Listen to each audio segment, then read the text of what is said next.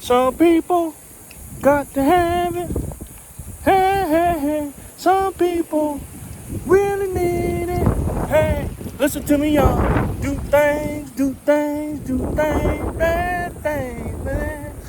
Do. For the love of money. For the love of money. What's up, guys? It is Saturday, July 27th, 2024. We're at the Bitcoin block height of 854,243.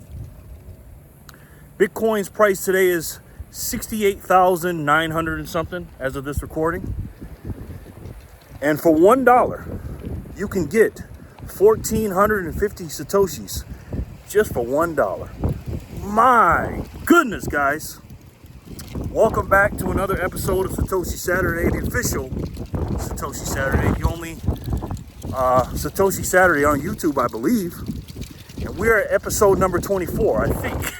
Don't quote me on that. But today, guys, was a absolutely historic day in the Bitcoin world. My two worlds collided today. Donald Trump, who I've been talking about a lot lately on my regular channel. If you're not subscribed, go ahead and subscribe. My name is Jerry from Jerry Loves Freedom. And I mostly talk about Bitcoin for the most part. But last month, 2 months, I've been veering off with politics and Donald Trump. My values are God, family, country, Bitcoin. So busy thinking about Satoshis. And our country's under attack. And Donald Trump spoke today. And absolutely, in my opinion, we're going to look back on this from decades from now. And we're going to say this was a historic moment in the, not only for Bitcoin, but for our country. I really believe that. So let me start off with this, right? I'm not going to edit this video. I watched it live. I was watching it on Bitcoin Magazine, but the site shut down. And so I had to switch over to Fox News, and then it came back on Bitcoin Magazine. I hope my phone doesn't overheat, guys. Sorry, let me get in the shade. And I watched it, and then as soon as it was done, I closed my laptop.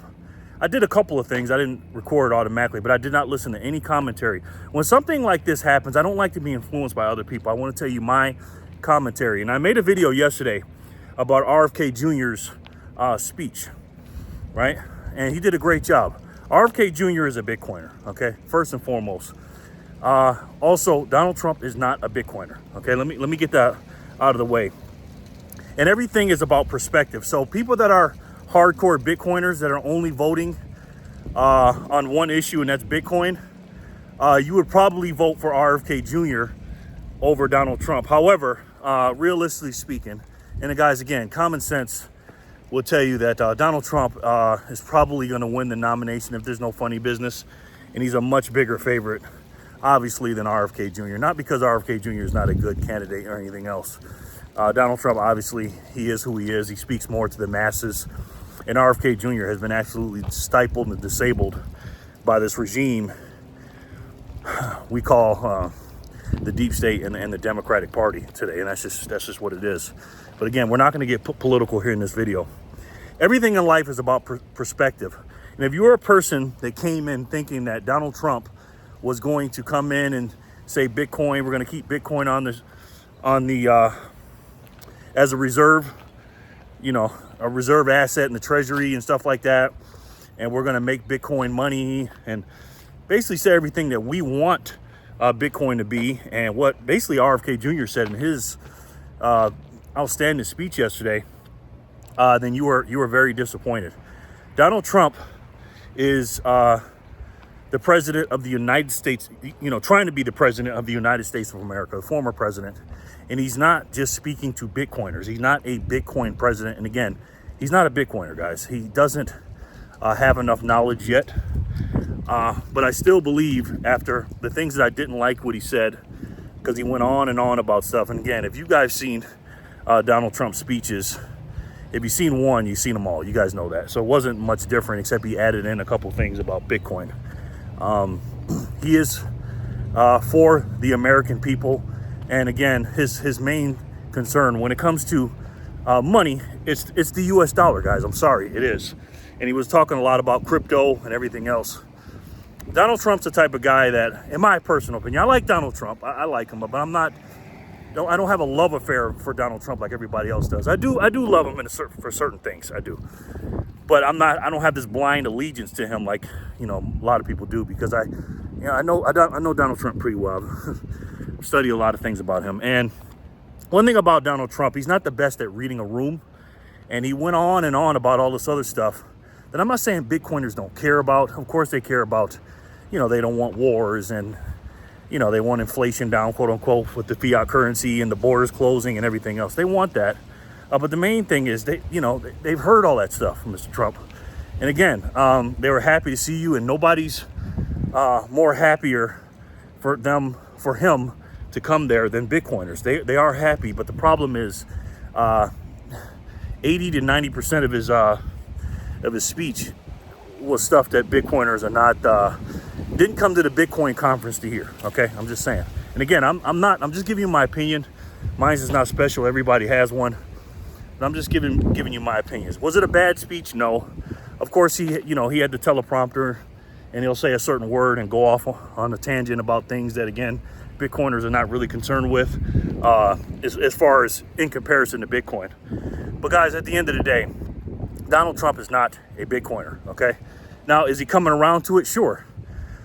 What are the things that I liked he said? Well, first of all, he said that he is going to keep he said 210,000 Bitcoin with us. He's not going to sell it, because we confiscated it from people. And again, you can tell the way he talks, because if you're, a Bitcoiner like us, and you're a Satoshi stacker like us, and we've been studying for years, you already know that his level of knowledge is not there. And that's okay, because you got to watch everybody's progression. And again, RFK Jr.'s progression is a lot farther along than Donald Trump's.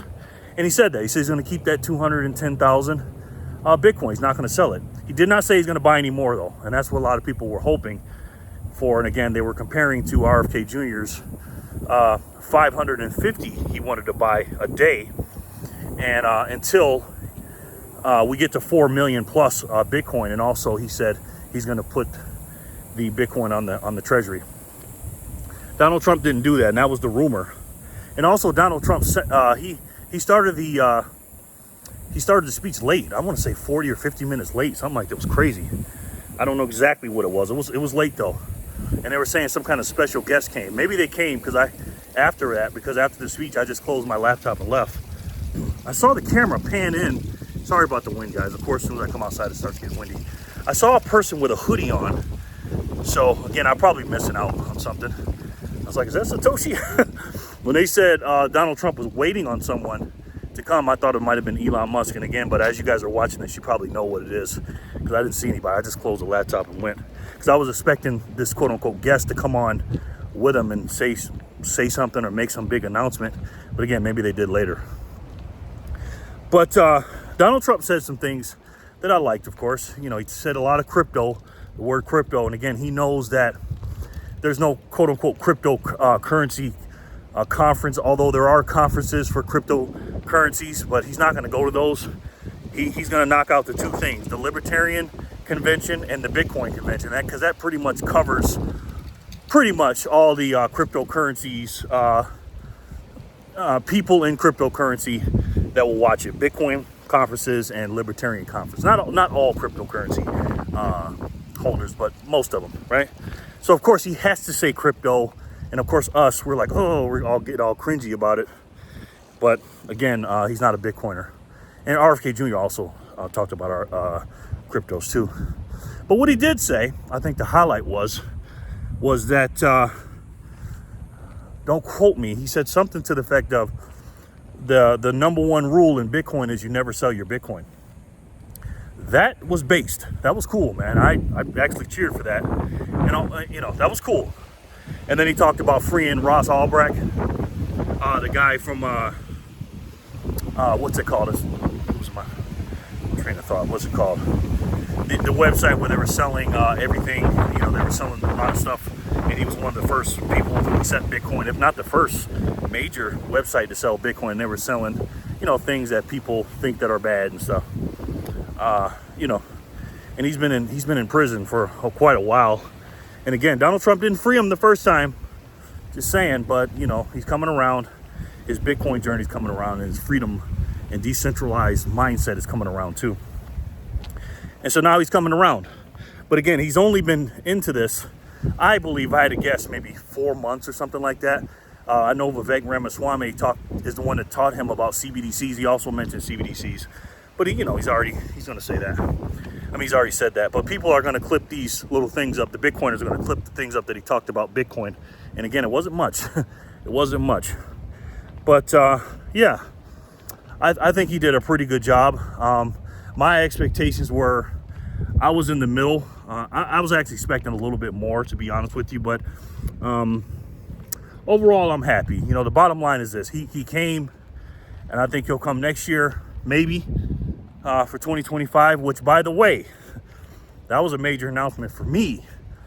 For those of you that don't know, I live in Las Vegas, Nevada. So for them to announce that the Bitcoin conference is in my city, I'm probably going to be meeting a lot of you guys next year, May 27th, 28th, and 29th, because I don't have to get a hotel. It's right around the corner from me. So that was cool. I will buy some tickets to that for sure, and I really look forward, if God willing, we have a country left, I get to go there and meet up with you guys. That would be really, really cool.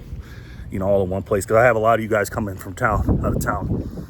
I'm wanting to talk and stuff. I want to meet up with me. The problem is, people come here every day, and if I met up with every single person in my personal life and everything else, I wouldn't be able to get anything done. So it's nothing personal, guys.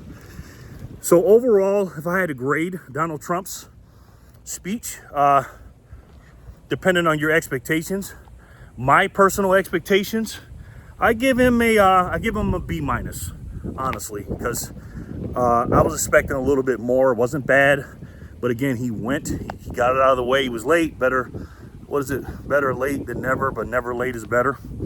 I don't know why he was late. Oh, he did say Secret Service said, hey, we got to make you wait for something. He said, okay, I'll wait, whatever, making the joke about him getting shot. And yeah, we're joking about that now, but that's some serious stuff. But yeah, I was happy about it. I was a little annoyed about some of the things as a Bitcoiner, but again, it's very refreshing to see the first president, ever president, that's been a president, to come to a straight out Bitcoin conference. That was cool, man. We're gonna look back at this in history, on the Bitcoin history timeline, and that's cool. And I smash bought too, because I actually was expecting the price to go up. I thought he was gonna make, not the major announcement everybody else said, but I thought he was gonna make a somewhat major announcement. But again, depending on your perspective and what your expectations were, the price actually dipped a little bit when he talked. So I smash bought. I think it went down to like 66,900 or something. Now it's back up to the price I said before. So let me know what you guys think in the comment section below. Let me know what you think about his speech. Again, I think it was decent. But here's what it is, guys. This is what it is. Now, what does this mean for us, right? This is the bottom line, right? Because I wish Donald Trump would talk more about us and to us than he does bragging. So I'm going to do that right now. What does this mean for us? It means that despite Donald Trump, not understanding Bitcoin, you do. And if you don't, please, guys, study Bitcoin. Study it. And it's not about the word Bitcoin, because Bitcoin is a marketed word that a lot of people use. My channel is called Jerry Loves Freedom, and I love freedom, and I think Bitcoin is a freedom technology. But in the next, I'd say maybe next cycle or two, people are going to be talking about Satoshis. That's what it's all about. These small fragments of Bitcoin, and there's 100 million of them in every Bitcoin, and people are not going to be able to buy them. They can't. I don't know anybody right now that can just flat out buy a Bitcoin and be okay. You know what I mean? It's very, very expensive. So you need to focus on your Satoshis. Sorry about the wind, guys. I buy on Strike now, not the Strike app. I don't have any affiliate links or anything like that. And I set it up, and I told you this yesterday, I set it up. I buy every hour on the hour, which is great for me. And that's what we need to focus on. We need to focus on Satoshis, guys, getting as many as you can. Again, you can get 1,450 of them for $1. $1. The price didn't spike up. It didn't really do anything. It's right back to where it's at. Bitcoin, as far as dollars are concerned, it's gonna be in the millions as far as fiat currency. It just is. And if you knew that, if you knew, you know, your Satoshis are not only going to be worth more in the fiat currency, or the cuck bucks I like to call them, but your purchasing power is going to be absolutely crazy. 1,000 Satoshis is going to cost you a lot of energy to get in the future. If you know that, and you know the prices are going up, you know, with the times and the epochs and the halvings and all that, if you know that, then what are you going to do about it? Are you going to keep learning more and buy as much as you can? Because I'm telling you right now, guys, this is a once in a species opportunity, not once in a lifetime or generation, once in a species. We've never seen anything like this. This is why I've dedicated a day in the week to talk about these Satoshis, because they're so important for you and your family in the future. I believe Donald Trump when he said this is like the steel industry. It really is. And you're buying a piece of the finite pie. You know, every time I look and see my hourly buy, I get so happy, man. You know, it's just, you know, you're getting thousands of them, man. Thousands of them for just a couple of freaking cuck bucks that they can just print out of thin air. And where does inflation come from? Because all the problems come from what? The money printer. The ability to print that money. And if they can't, and they had a true money like Bitcoin, because again, I think Donald Trump down the line will recognize that, but again, he's not along on that journey. Is the money printer, but you can't do it with Bitcoin. You can't do it with Satoshi. So every Satoshi that you buy, guys and girls, ladies and gentlemen, is a piece of the finite pie that they can't make anymore. So you have to understand, the Satoshis that you can buy today, your family in the future, your grandkids, your great nieces, your kids, your nephews, whatever, they will never be able to get the Satoshis that you can get today for the amount of dollars that you can trade them for. So do me, yourself, and your family a favor. I say this 100 times, but I'm going to say it again. Stack Satoshis today, guys, so you don't have to work for those same Satoshis tomorrow. I love each and every one of you, and I'll talk to you soon. Peace and love, guys.